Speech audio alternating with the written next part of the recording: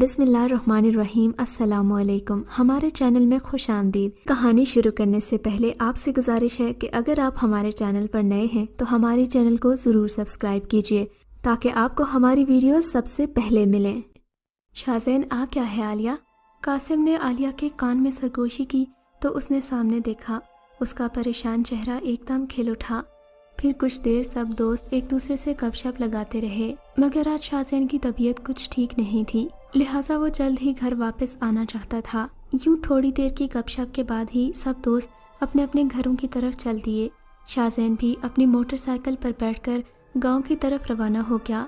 اب وہ جس جگہ سے گزر رہا تھا وہ جگہ بہت ہی ویران تھی۔ اس سڑک کے ارد گرد کئی سوکھے ہوئے درخت بھی تھے۔ آج شاہزین کو یہاں سے گزرتے ہوئے عجیب سا خوف محسوس ہو رہا تھا۔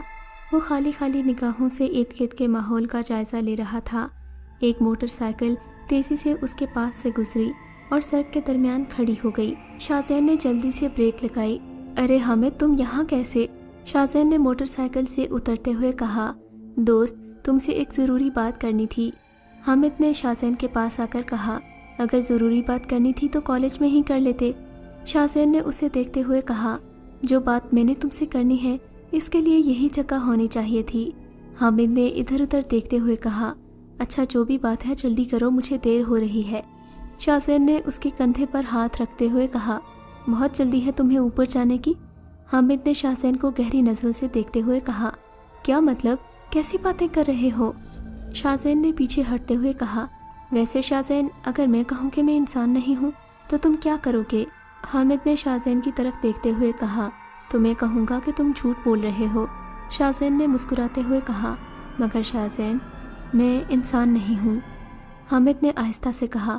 اس کی یہ بات سن کر شاہزین ہنسنے ہی والا تھا کہ اس کا قد چھوٹا ہونا شروع ہو گیا۔ شاہزین خوفزدہ نظروں سے اسے دیکھنے لگا۔ خوف سے اس کا سارا جسم کانپنے لگ گیا تھا۔ اب وہاں پر حامد کی بجائے ایک بہت ہی بڑا کالا ناگ پھن پھیلائے ہوئے زمین پر بیٹھا ہوا تھا۔ اس ناگ کے سر پر سرخ رنگ کا ایک نشان تھا۔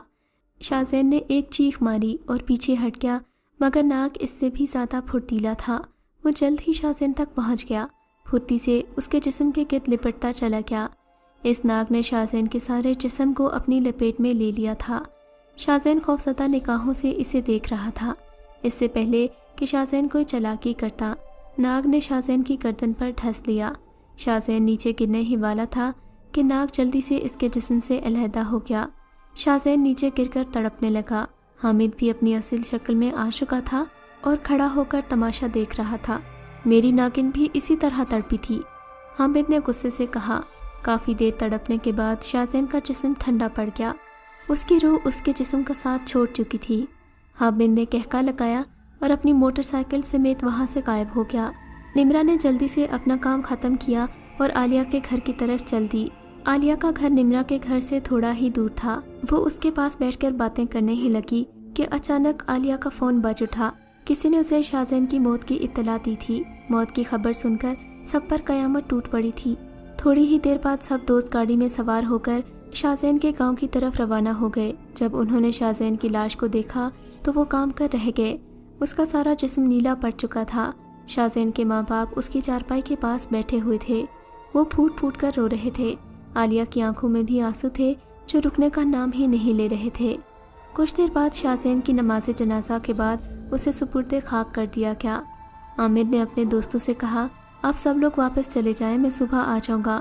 پھر عامر کے علاوہ سب دوست شہر واپس آ گئے۔ اگلے دن جب عامر کالج میں آیا تو اس نے سب کو ایک حیرت ناک خبر سنائی۔ وہ یہ کہ شاہزین کی لاش کوئی قبر سے نکال کر لے گیا تھا، لیکن کسی کو پتہ نہیں چل سکا۔ گاؤں والے ڈھونڈ رہے ہیں مگر کسی کو کچھ پتہ نہیں چل سکا۔ آج سب کا دن اداس گزرا تھا۔ چھٹی کے بعد سب دوست اپنے اپنے گھر چلے گئے۔ عالیہ اپنے کمرے میں بیٹھی شاہزین کو یاد کر رہی تھی کہ اس کا موبائل بج اٹھا۔ یہ دوسری طرف حامد بول رہا تھا، دراصل عالیہ، شاہزین نے مجھے ایک چیز دی تھی، اس نے کہا تھا کہ میں یہ تم تک پہنچا دوں۔ ٹھیک ہے حامد، تم میرے گھر آ جاؤ، یہ کہہ کر اس نے فون بند کر دیا اور تھوڑی دیر کے بعد وہ عالیہ کے کمرے میں تھا۔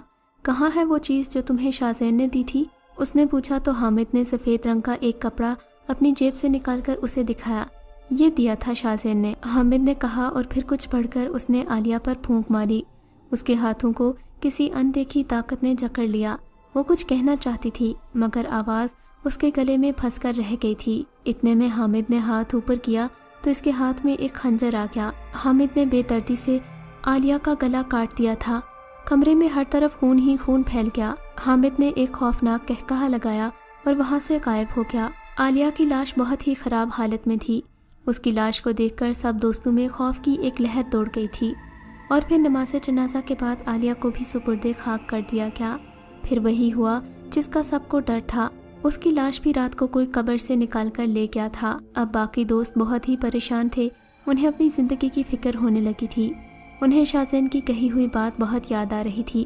انہیں اس کی بات سچ لگ رہی تھی کہ کچھ آئے گا جو سب کچھ بہا کر لے جائے گا، مگر اس وقت انہوں نے شاہزین کی بات پر توجہ نہیں دی تھی۔ آج اس کی بات ان کے کانوں میں گونج رہی تھی۔ 2 دن گزر گئے مگر حامد نے اپنا دوسرا شکار نہیں کیا۔ حامد کی نظر اب عائشہ پر تھی۔ رات کو عائشہ اپنے کمرے میں سو رہی تھی کہ اس کی آنکھ ایک آہٹ کی وجہ سے کھل گئی۔ عائشہ کو اپنے کمرے سے باہر کسی کے قدموں کی چاپ سنائی تھی۔ اس نے سوچا بھائی ہوگا یا پھر ابو ہوں گے، باہر پانی پینے یا پھر کسی اور کام سے آئے ہوں گے۔ اس نے اس بات کو نظر انداز کر دیا اور دوبارہ آنکھیں بند کر لیں۔ ابھی چند ہی منٹ گزرے ہوں گے کہ دروازے پر ہلکی سی ٹھک کی وجہ سے اس کی آواز دوبارہ کھل گئی، مگر وہ چپ چاپ لیٹی رہی تھی۔ اس نے کوئی حرکت نہیں کی، مگر اب تو بار بار ہلکی سی ٹھک کی وجہ سے دروازہ بجتا تھا اور خوف سے اس کا سارا جسم پسینہ پسینہ ہونے لگتا۔ وہ اس وقت کچھ کہہ کر اپنے گھر والوں کو پریشان نہیں کرنا چاہتی تھی۔ تھوڑی دیر بعد دروازے سے آواز آنا بند ہو گئی۔ اس نے اللہ کا شکر ادا کیا اور سونے کی کوشش کرنے لگی۔ اچانک ہی اس کی نظر کھڑکی کی طرف چلی گئی۔ کھڑکی سے باہر اسے ایک عکس دکھائی دیا۔ اس عکس کو دیکھنے کے بعد اس کے خوف میں مزید اضافہ ہو گیا۔ اس کے دل کی دھڑکن اور تیز ہو گئی۔ وہ ٹکٹکی باندھے ہوئے اس عکس کو دیکھنے لگی۔ عائشہ نے مزید ہمت کر کے دیکھا تو یہ حامد کھڑا تھا۔ حامد نے آہستہ سے دروازہ کھولنے کا کہا تو اس نے دروازہ کھول دیا۔ یار میں نے تم سے ایک ضروری بات کرنی ہے، حامد نے چپکے سے کہا، مگر وہ اس کے ہاتھوں میں خوفناک خنجر دیکھ کر حیران رہ گئی۔ وہ اسے خونخوار نظروں سے گھور رہا تھا۔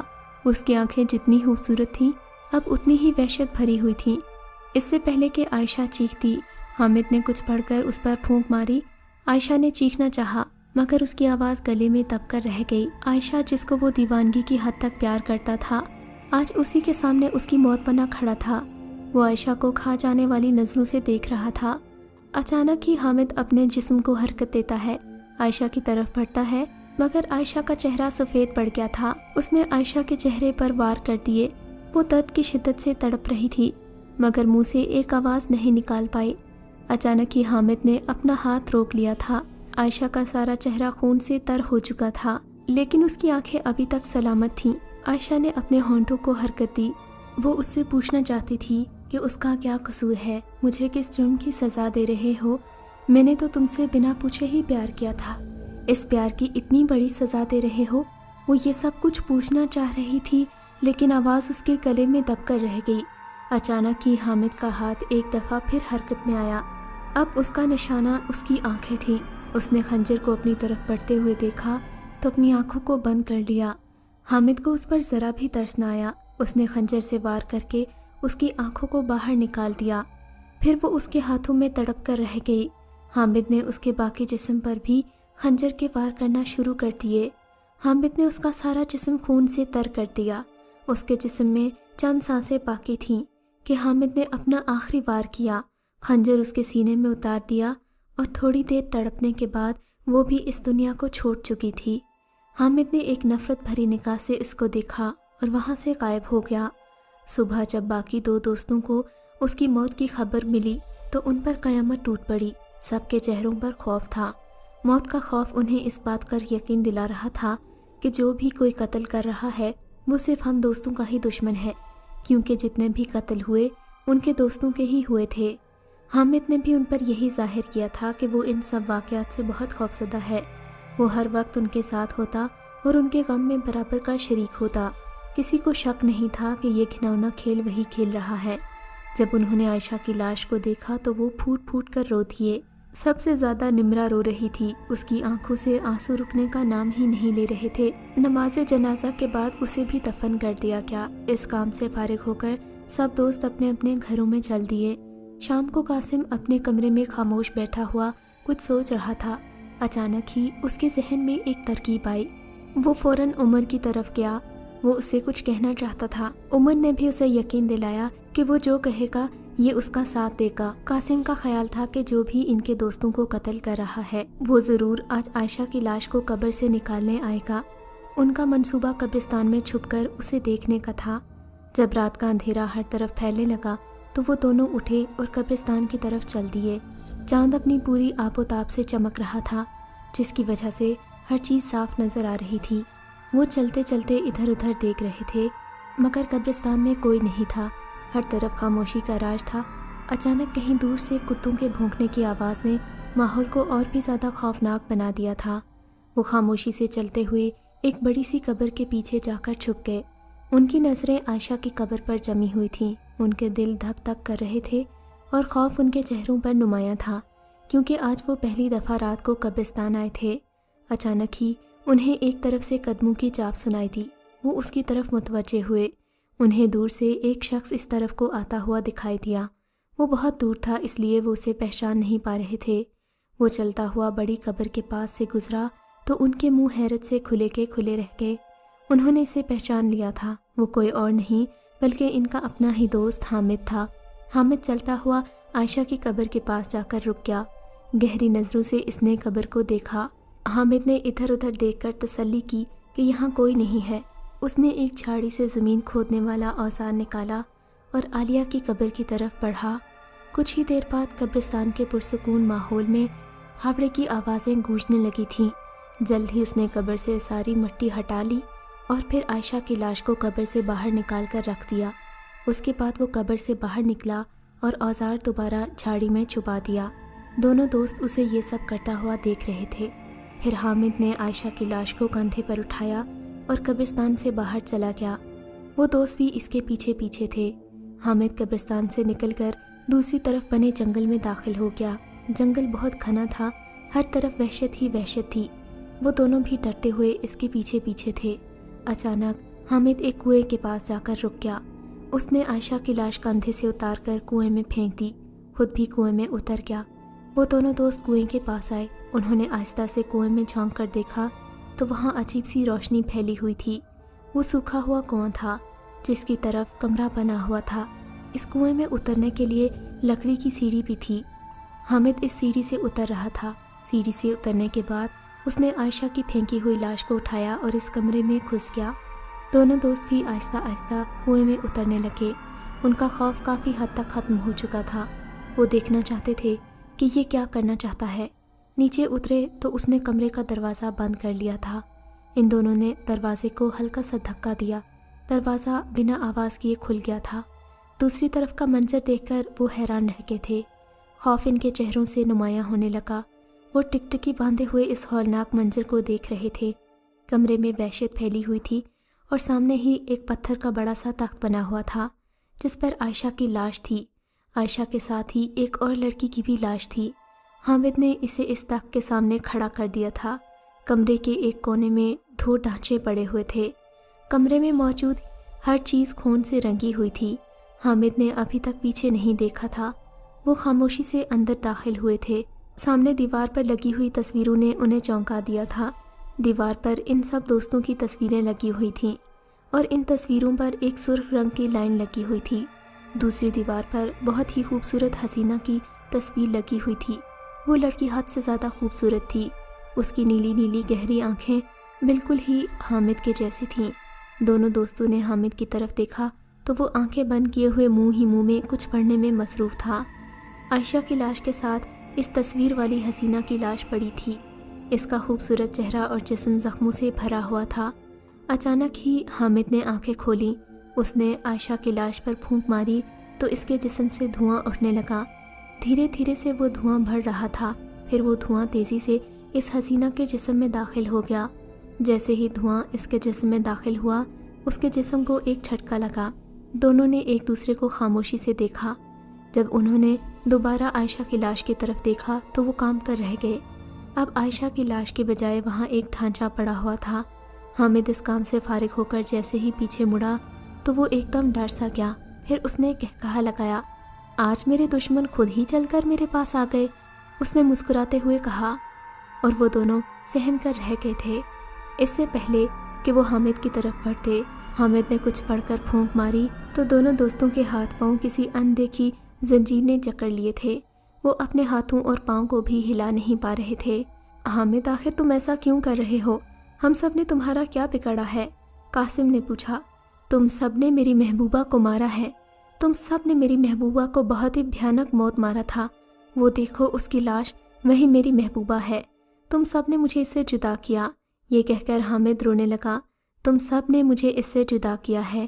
اس نے دوبارہ اپنے الفاظ دہرائے، اس کی آنکھیں آنسو سے بھر جانے لگیں۔ وہ اپنے آنسو کو صاف کرنے لگا، مگر حامد یہ تم سب کیا کہہ رہے ہو؟ ہم نے تو آج تک کسی مکھی کو نہیں مارا۔ قاسم نے حیران ہوتے ہوئے کہا، ہاں حامد ہم سچ کہہ رہے ہیں، ہم نے تو نہیں مارا تمہاری محبوبہ کو، کسی اور نے مارا ہوگا، کوئی تو تمہارا دشمن ہوگا نا۔ مجھے اچھی طرح یاد ہے وہ دن جب ہم انسانی شکلوں میں آئے تھے۔ ہمارا تعلق سانپوں کے قبیلے سے ہے، میری ناگن نے بھی 100 سال پورے کر لیے تھے، ہم انسانی شکل میں آ گئے تھے۔ انسانی شکل میں آ کر ہم بہت خوش ہوئے تھے۔ ہم اسی دن انسانی شکل میں آئے تھے جس دن تم دوست شازین کے گاؤں سیر کو آئے ہوئے تھے۔ تم سب دوست جب کھیتوں میں سیر کے لیے آئے تو ہم اس وقت انسانی شکل میں ہی تھے، لیکن جب ہم نے تم سب کو دیکھا تو ہم دوبارہ سانپ بن گئے۔ تم کھیتوں میں ادھر ادھر بھاگ رہے تھے، ایک دوسرے سے ہنسی مذاق کر رہے تھے۔ میں اور میری ناگن تم سب کی دوستی دیکھ کر حیران ہو رہے تھے۔ ہماری خواہش تھی کہ ہم بھی سب کے ساتھ ادھر ادھر بھاگیں، تم سب کے ساتھ ہنسی مذاق کریں، مگر پھر تم لوگوں نے ہمیں دیکھ لیا۔ میں تو بھاگ گیا مگر میری ناگن وہاں سے بھاگ نہ سکی۔ تم سب لوگوں نے اسے بے دردی سے مار دیا تھا۔ میں یہ سب کچھ دیکھ رہا تھا، کافی دیر اس کو باہوں میں لے کر روتا رہا، پھر میں اس کے مردہ جسم کو وہاں رکھ کر رونے لگا۔ ایک جوگی بابا بھی مجھے وہاں پر دیکھ رہا تھا، اس نے مجھے روتا ہوا دیکھ کر میرے پاس آ کر کہا کہ تم رو مت، تمہاری ناگن ایک طریقے سے دوبارہ زندگی حاصل کر سکتی ہے، لیکن وہ طریقہ صرف مجھے پتہ ہے۔ یہ طریقہ میں تمہیں اس شرط پر بتاؤں گا کہ تمہیں میرا ایک کام کرنا ہوگا۔ میں نے سر اٹھا کر اسے دیکھا، جلدی سے اٹھ کھڑا ہوا۔ بابا میں آپ کا ہر کام کرنے کے لیے تیار ہوں، بس آپ مجھے وہ طریقہ بتا دیں جس سے میری ناگن دوبارہ زندگی حاصل کر سکتی ہے۔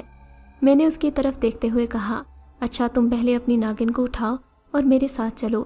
جوگی بابا نے کہا تو میں اپنی ناگن کو اٹھا کر ان کے پیچھے پیچھے چلنے لگا۔ وہ مجھے اسی کنویں میں لے آیا۔ میں حیران رہ گیا، ادھر ادھر دیکھنے لگا۔ اس ناگن کو اس تخت پر لٹا دو۔ اس کے کہنے پر میں نے اپنی ناگن کو اس پتھر کے تخت پر لٹا دیا۔ پھر اس جوگی نے منہ ہی منہ میں کچھ پڑھا اور پھر دیوار پر پھونک ماری تو تم تمام دوستوں کی تصویریں اس دیوار پر آ گئیں۔ یہی ہے نا وہ تمہارے دشمن؟ اس نے تصویروں کی طرف اشارہ کر کے پوچھا۔ جی بابا جی، یہ وہی لوگ ہیں، میں نے نفرت سے تم لوگوں کی طرف دیکھتے ہوئے کہا تھا۔ پھر اس نے بتایا کہ مجھے اپنی ناگن کو حاصل کرنے کے لیے 100 دن تک انسانی خون لا کر دینا ہوگا۔ میں اس پر چلا کروں گا اور دنیا میں سب سے بڑا جادوگر بن جاؤں گا، پھر کوئی بھی میرا مقابلہ نہیں کر سکے گا۔ میں نے اس کی یہ شرائط منظور کر لیں۔ اس نے بتایا کہ میری ناگن کو زندہ کرنے کے لیے مجھے یہ سب کچھ کرنا ہوگا۔ پھر میں نے شازین، عالیہ اور عائشہ کو مار دیا۔ انہیں یہاں لا کر بھی مار سکتا تھا، مگر میں تم سب کا حشر دنیا والوں کو دکھانا چاہتا تھا، تم سب کو تڑپا تڑپا کر مارنا چاہتا تھا۔ میں اس میں کامیاب بھی ہوا، اور اب تم لوگوں کی باری ہے۔ یہ کہہ کر وہ خاموش ہو گیا۔ پلیز حامد، ہم سے غلطی ہو گئی، تم ہمیں معاف کر دو۔ قاسم نے حامد کی طرف دیکھتے ہوئے کہا، نہیں یہ ناممکن ہے۔ حامد نے چیخ کر کہا اور ان کی طرف بڑھا۔ حامد نے ہاتھ اوپر کیا تو اس کے ہاتھ میں خنجر آ گیا۔ وہ خنجر اٹھائے ان کی طرف بڑھ رہا تھا۔ وہ وہاں سے بھاگنا چاہتے تھے، مگر اندیکھی زنجیروں نے انہیں جکڑ رکھا تھا۔ وہ خنجر اٹھا کر ان کی طرف بڑھنے ہی لگا تھا کہ اچانک اس کے پیچھے سے سفید دھواں پھیل گیا۔ اس دھوئیں کا کوئی وجود نہیں تھا۔ حامد نے جیسے ہی سینے پر وار کرنا چاہا تو اس کا ہاتھ ہوا میں ہی رک گیا۔ کسی اندیکھے وجود نے اس کا ہاتھ پکڑ لیا۔ اسی لمحے حامد کی بھیانک چیخیں گونجنے لگیں۔ اس دھوئیں کے اندیکھے وجود نے پیچھے سے حامد پر وار کر دیا تھا، جس سے حامد کی بھیانک چیخیں گونجیں اور وہ نیچے گر کر تڑپنے لگا۔ اس دھوئیں میں انہیں اب بھی وجود نظر نہیں آ رہا تھا۔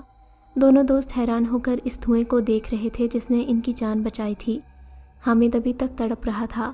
اچانک اس دھوئیں سے وہ خنجر لہراتا ہوا آیا اور حامد کے سینے میں گھس گیا۔ حامد کی ایک بھیانک سی چیخ اس کمرے میں گونجی۔